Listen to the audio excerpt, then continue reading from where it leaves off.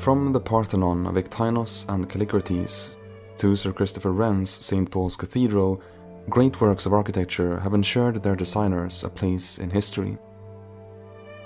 But there have also been architects who became famous precisely for their buildings that were never built. One of the most fascinating examples of this is the 18th century French architect Étienne-Louis Boullée. As a teacher and theorist, he developed a distinctive style of abstract geometric forms, and at the end of his life, in the 1780s and 90s, produced a series of designs illustrating his ideas. Making up an almost encyclopedic representation of the necessary institutions for an ideal state, they were often of such a vast scale that they would have been impossible to build in real life. But their visionary nature has earned him his place in history, and still inspires architects today.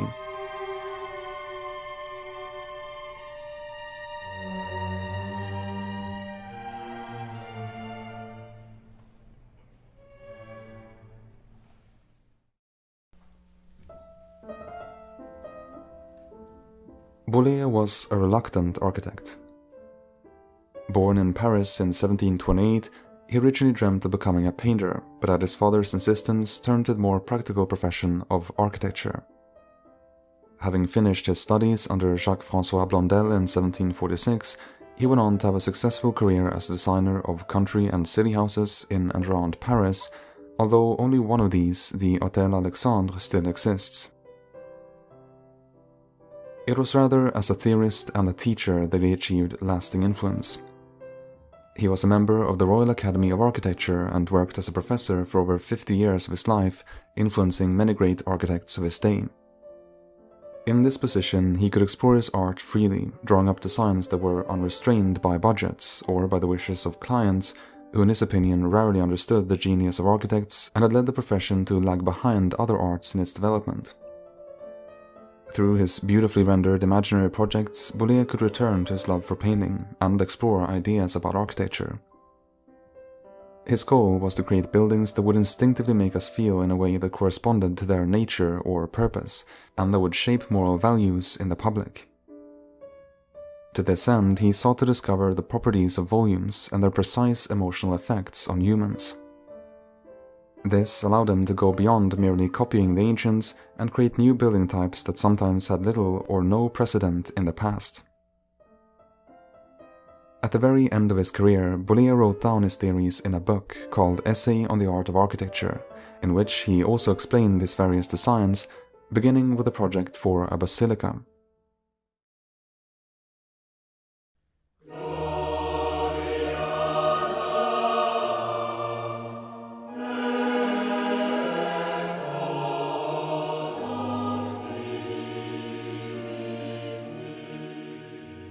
To be reduced to what is called necessity when designing a temple is to forget one's subject. This is what Boullée wrote in his essay, and his design for a basilica is of a suitably awesome scale. According to him, the mere sight of a temple to God or the Supreme Being should induce a sense of veneration and inspire profound respect, astonishment, and wonder. Had it been possible, he writes, it should appear to be the very universe itself. And what better way to produce this effect than through size? Size is inevitably allied with beauty, he claims, because even a volcano breathing fire and death inspires admiration and has a repulsive beauty. But it's not enough for a building to just be big, it also has to look big, an effect that is achieved by the choice and arrangement of its parts. For example, he makes use of columns, in his opinion the most magnificent part of architecture, to hide the supporting structure necessary to hold up the dome and vaulting, and increases their impact by extending them until their end is out of sight, and using immense rows of delicate columns instead of gigantic ones that would only make the space look smaller. Finally, light is channeled into the building through hidden casements, adding to a sense of mystery, and can be adjusted at will to provide the appropriate emotional impacts to visitors depending on the occasion. A similar sense of awe and wonder was the goal of this project for a monument to the Supreme Being, consisting of a domed building fronted by a grand portico and surrounded by terraces and sub-temples set in a dramatic mountainous landscape.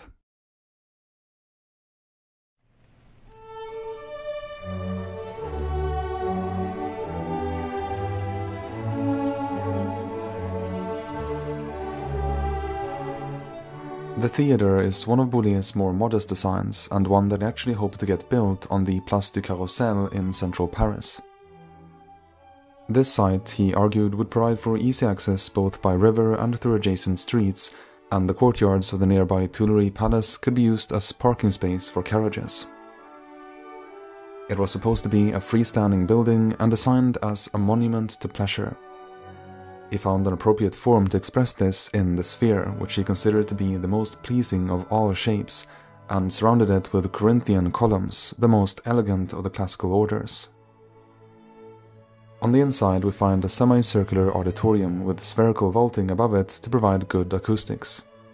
Furthermore, the solid structure of the building isolates it from any outside noise.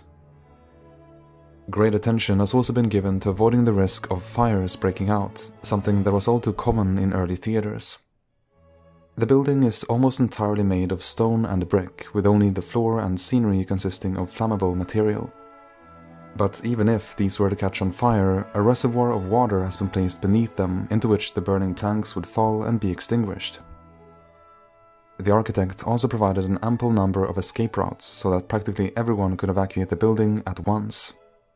Boullée boasted that if the theatre got built, he would, at his own risk, ignite a floor and a set of scenery to demonstrate the security of his design.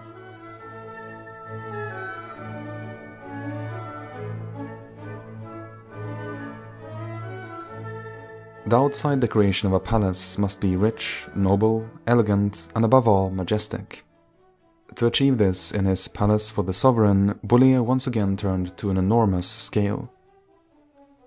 He decided to enclose the main building with the palaces of the court nobles, creating a grand complex designed as a consistent whole.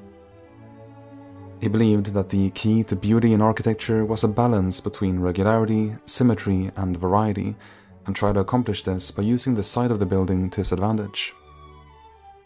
Located in the hilly terrain of Saint-Germain-en-Laye near Paris, he placed the buildings on different heights to create variety without sacrificing the other desired qualities. He also made a proposal for the complete remodeling of the Palace of Versailles. Writing his essay on the art of architecture during the French Revolution, he felt the need to excuse the inclusion of these projects by noting that the book wasn't written only for a French audience, and that the designs could be useful as inspiration for other types of monuments. The Palace of Justice, by contrast, was completely compatible with the new French Republic. It was conceived as a grand structure because, quote, the dwelling place of the throne of justice must be very imposing.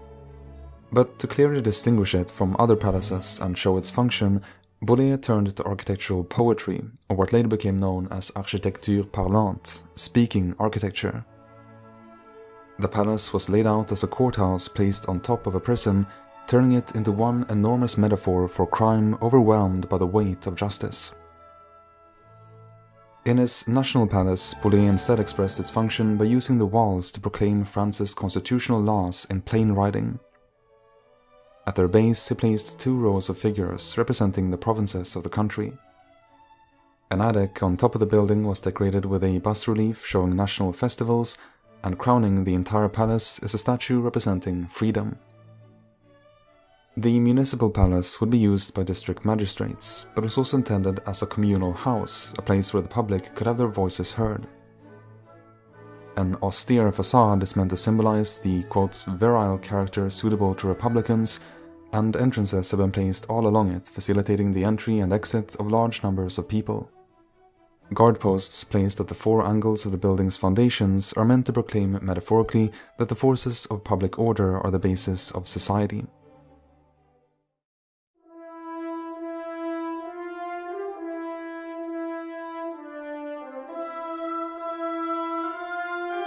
Following an attempt to improve on the design of the Colosseum in Rome, Boullée ended up creating a new building that dwarfs its ancient predecessor and anticipates the modern stadium. He believed that the building type of the ancient amphitheater should be revived in the modern era to serve as the venue for national festivals. Previously, festivals in Paris could only be enjoyed by a fraction of the population because of a lack of space, but in his new Colosseum, as many as 300,000 people could gather at once. That's half the city's population at the time, and more than twice the seating capacity of the largest stadium on Earth today. This gigantic building was imagined as standing in the Étoile, the place where the Arc de Triomphe was later built. The reason for constructing it would have been the perceived moral benefits that national festivals would have on the people. Boullée, as he put it, wanted to reinstate morality through the lure of pleasure. The Colosseum could be used for various sports like chariot racing and to practice military maneuvers.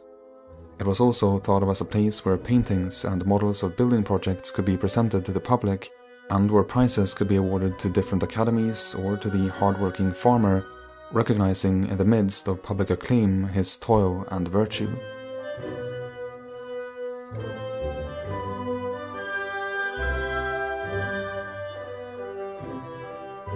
Designed to withstand the ravages of war, military architecture is above all practical. But Boullée wanted to infuse it with the same kind of architectural poetry found in his civic buildings. His city gates were intended above all to give an impression of strength. They're made to look as sturdy as possible, and in this case he has placed statues of warriors on a stylobate at the bottom to remind any potential attacker that although the walls may be tall and imposing, what they should really be worried about are the inhabitants behind them. In another one, he piled up cannonballs at the base, surmounted by the armor of giant warriors, and used gun barrels to decorate the arched entrance. Interior walls, on the other hand, were made to reassure the citizens of their safety, being decorated in such a way that there seems to be 2 layers. He also designed a fort consisting of a round structure with 4 towers connected to it. The gaps between them are blocked with stacks of cannonballs, and in front of the building stands a giant shield of Achilles.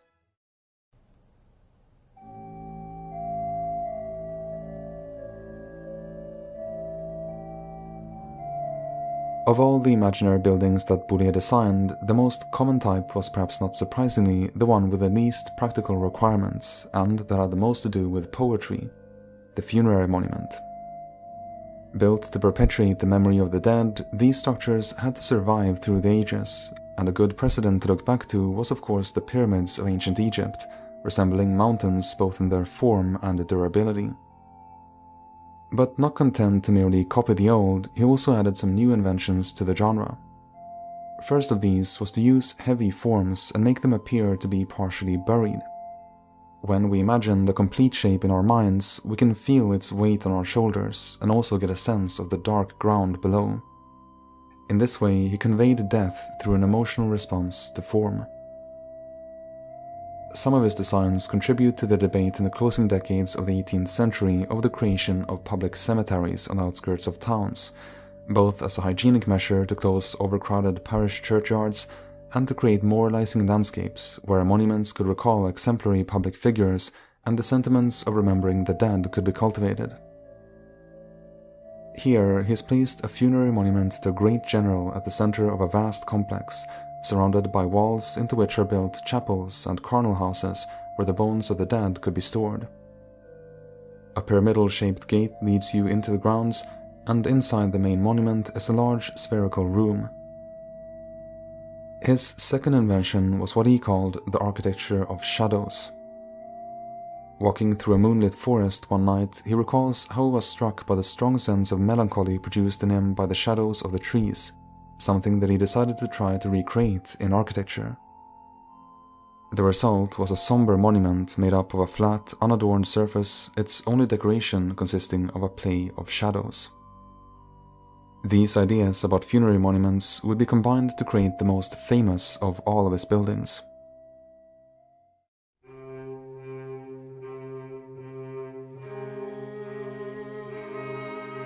With the cenotaph for Isaac Newton, Boullée set out to honor the 17th century scientist by imagining a memorial that responded to the near hero worship that had grown up in the half-century since Newton's death.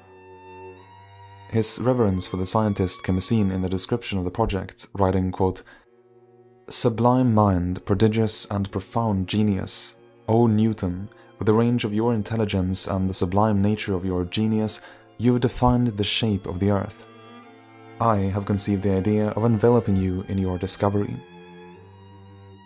The cenotaph takes on the simple, unadorned shape of a sphere, buried within a 3-tiered cylindrical base. Each level is planted with flowers and cypress trees associated with mourning in the ancient world. These forests appear like hedges compared to the size of the whole building, which rises taller than the Great Pyramid of Giza. Entering the monument through a long dark tunnel, you arrive in an inverted world. In daytime, the only sources of light in the vast hollow sphere are tiny holes piercing through the vaulting, laid out to correspond to the stars and planets in the sky. This gives the impression that Newton's tomb, the only material object we can perceive, is floating in the vastness of space. At night, on the other hand, light radiates from an enormous lantern suspended at the center of the sphere.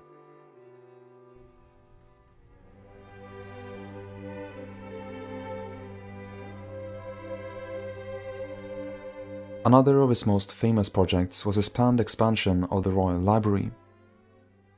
In this case, he took a pragmatic approach, transforming an existing courtyard into a vaulted hall with tiers of bookshelves that could easily be used without the need for ladders. Intended to give a grand and noble impression, the design was inspired by the famous fresco of the School of Athens, painted by Raphael. An earlier project for a freestanding public library near the Place Vendôme was deemed too expensive to have any hope of being built. It would have been entered through a semicircular courtyard and consisted of long galleries stretching from a central point, allowing for easy service and surveillance of visitors. Among his designs was also that of a museum, which, like the public library, was a new building type in the 18th century. Turning again to an enormous scale, he centered the building around a Hall of Fame, intended to contain the statues of great men. He also made attempts at triumphal arches, one integrating a large colonnade and another based on the form of a pyramid. The design for a bridge across the river Seine was a clear example of speaking architecture, its piers being made in the shape of boats that could have been used to cross the river. Finally, the architect, famous for his grandiose designs, even made his own reconstruction of the Tower of Babel, taking the form of a pure cone on a cubic base with a trail of figures winding in a spiral hand in hand to the top, a symbol of hope for the restitution of a common language and a unified people.